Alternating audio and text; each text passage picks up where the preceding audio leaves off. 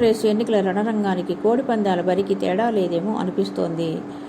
ఇద్దరు కోడి యజమానులు 2 కోళ్లను తెచ్చి పోటీ పెట్టి డబ్బు చేతులు మార్చుకొని చచ్చిన కోడిని వండుకుంటారు, బతికిన కోడిని పెంచుకుంటారు. ప్రస్తుతం ఢిల్లీ బీజేపీ ఆంధ్రప్రదేశ్ ఎలక్షన్స్ని ఒక కోడి పందాల బరిగా భావిస్తోందనిపిస్తోంది.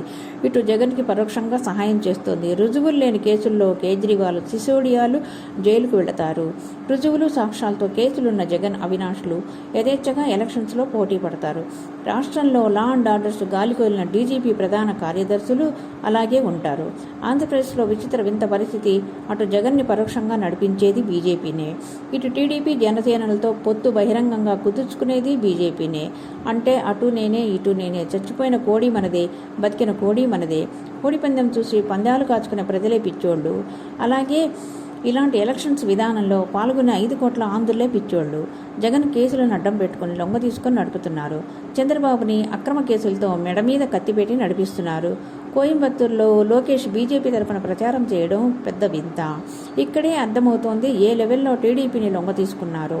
మొత్తం మీద ఆంధ్రులంటే వెర్రి గొర్రెలు అనే విషయాన్ని ఢిల్లీ పెద్దలు రుజువు చేసేశారు.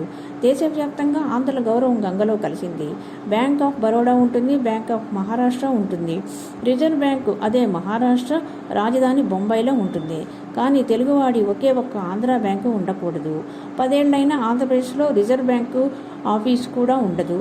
చెయ్యెత్తి తలపట్టుకో తెలుగోడా అని పాడుకోవాలేమో.